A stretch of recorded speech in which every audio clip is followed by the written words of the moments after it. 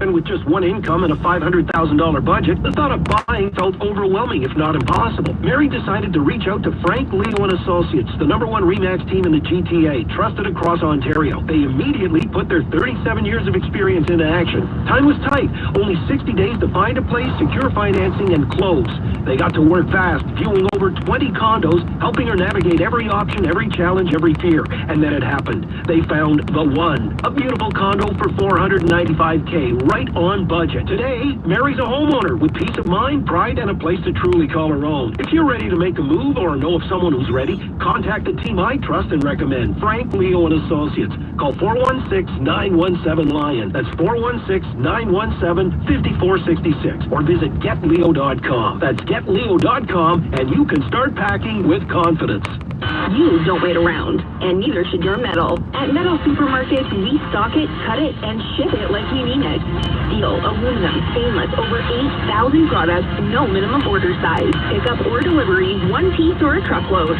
We don't care how big or small, just that it gets done right. 8 GTA locations, all built to keep you moving. Metal Supermarket, cut the weight, cut the metal, get back to work. Call 289-562-0264 or visit metalsupermarket.com. Oh no, I can't be out of ink. Not now. Mega Tank. Why do I always do this to myself? What is that printer that comes with 30 times the ink? Mega Tank. Yes, it's a Canon.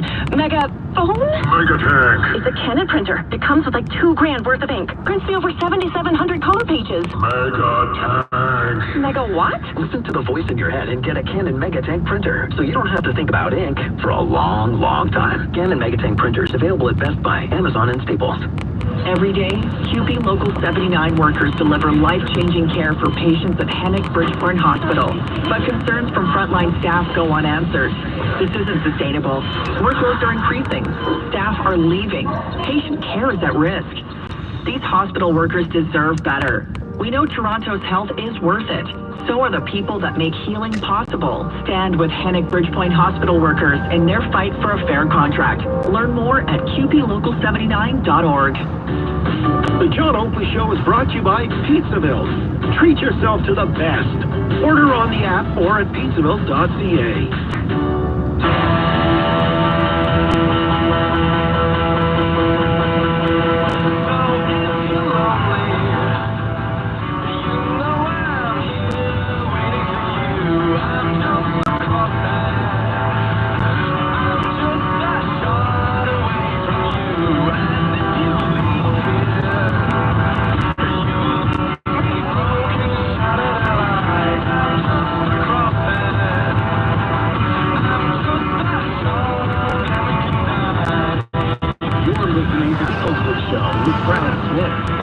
On 640 Toronto.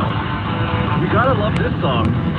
And the reason I'm playing this is because the last 3 times this next gentleman has been on our show.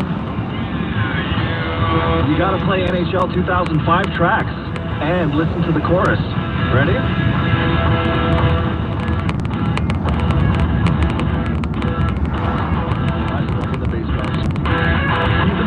Managing principal with Upstream Strategy Group, Chris Chapin. Chris, I have to bring you in with the NHL soundtrack. I love this. It's like my own walk-up music. My sports career did never pan. How far did you get in hockey? Not nearly far enough to be anywhere close to a walk-up song. Not really? Well, listen, as soon as you become a political commentator and a gentleman about town, you get your own walkout song on 640, I'll tell you that much. Well, thank you. I can't believe I said I'll tell you that much. I want to get straight to it because when we went through the election, everyone's heard it. We've seen it if you go online on Twitter. All these kind of, I don't want to call them propaganda videos. They're kind of just ad placements or, reprieves on Mark Carney's account where they always kind of regurgitate the same message. And he came out in the past couple days with this, again, we need to build better. We're going to build stronger. We're going to build faster than you've ever seen before. And today, it was about 4 hours ago, he came out and said Canada's new government will soon launch the Major Projects Office to streamline the approval of highways, ports, energies, corridors, and other nation-building infrastructure. It's time to build big, bold, and build now. An office. What's your first reaction to this? Because it's not, again, it seems like we're going to build bureaucracy before we actually, do they need an office to get projects through? I feel like there's people to do that. Yeah, well, I mean, I'm of two minds on this, Brad. Go ahead. And sadly, yeah, we probably do need an office that's solely dedicated to breaking down all the silly bureaucracy in Ottawa. Wait, we need an office creating bureaucracy to break down the bureaucracy? Deal with government for a living? Yeah, sometimes you think you do, unfortunately. I think, but I would say I think it lacks political leadership. I think it lacks a vision. Politicians, cabinet and the prime minister can make things move faster on their own if they want to. It's just usually a lack of political will and political capital to do so. And so that's why, sadly, I think I'm not surprised they felt the need to create an office to streamline these things. But, I want to give them the benefit of the doubt that this isn't just a joke. And no, you have to, right? Hopefully this works. I can, understand the argument. It's not just that you're breaking down silos within government. When you're talking about big infrastructure projects, you're talking about getting provincial governments moving. You're talking to get municipal governments moving. Yeah, there's a lot of moving parts. There's a lot of layers on some of the stuff they're talking about, whether we're talking energy corridors or new highways. That said, it feels like we hit the default position is, we're going to set up a committee, we're going to set up some sort of a board or some sort of an office to do this for us instead of just doing the hard work ourselves. Okay, well, you've said it, and people know this about you, that you have your ears to the ground when it comes to what's happening in government. We've had so many people, whether it's on, the CTVs, the Globals, whatever the legacy media stations are, and they have these people that come out saying like, oh no, I heard that there is a list of projects coming, and everyone keeps saying, we're going to hear about it in a couple weeks, we're going to hear about it in a couple weeks. Do you think that we're going to get any information on any of these things before Parliament comes back to session, or is it just going to be like a big reveal? I don't think so. I think when you, from a political standpoint, if you, I may very well be wrong on this, but when you name something, there's an expectation that you're actually going to accomplish it. And I think they're very hesitant to, back to what I said about political will and capital, to go out and say, hey, we're actually going to get these things done. I mean, I know when you're talking about, Ontario, for example, the premier here has been saying, he wants support for the 413 highway, and, his tunnel vision. Whether we get funding for either of those, that means the federal government's got to commit to getting it built too. And so I'm doubtful we'll see a list. I think it'd be kind of almost exciting to see if there was some sort of grand reveal of what what this ambition, elbows up vision is that Carney and the Liberals have for the country. But I suspect we won't see a roadmap that gets anybody excited. Okay, so it'll go back to, because I know what you're saying, it's that, if we say it, then the expectation comes, but then you look, at the last, and I don't mean 10 years, I mean this on both sides. You look at the whole political landscape, and you see all the pictures taken of projects that have never been built before ever, and I feel like that's just like something to get people hyped up. But, I do agree with you, it would be really crazy to have a list, because you're like, okay, well, foreign investors, now that they know we have a list, here comes the money into our country.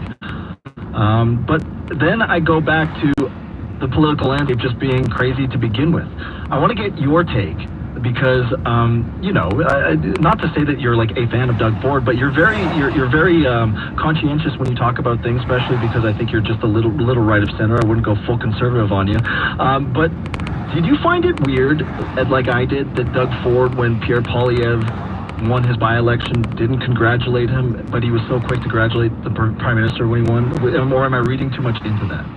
I think you're reading probably the right amount into it. And I mean, listen, there's not a lot of love lost between the two of them. I've heard the relationship's gotten a bit better, but there's certainly been animosity between them dating back several years now. And so the idea of a premier congratulating a prime minister getting elected is one thing.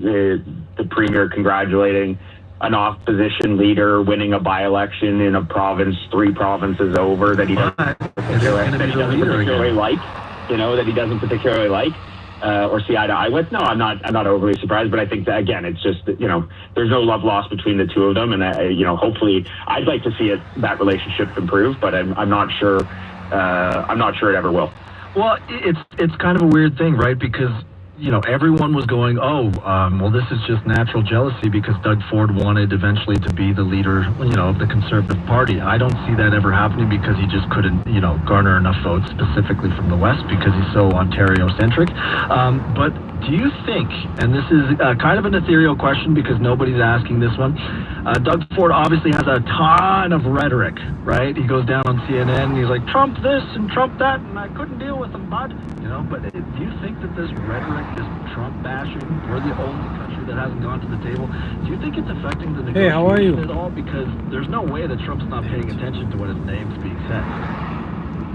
It's a great question, and I think you're right. Like, it's tough to really know. I don't think it is. Like, I think the Prime Minister and the Premier found a pretty good balance. I wouldn't be surprised if it wasn't overly coordinated to kind of be the good cop, bad cop. I think the Premier going down there and not being, the top, not being our Prime Minister, for example, but being critical of the approach, is something similar to what we see if, a government came on CBC for an interview critical of something Canada was doing. I think it kind of works, the approach.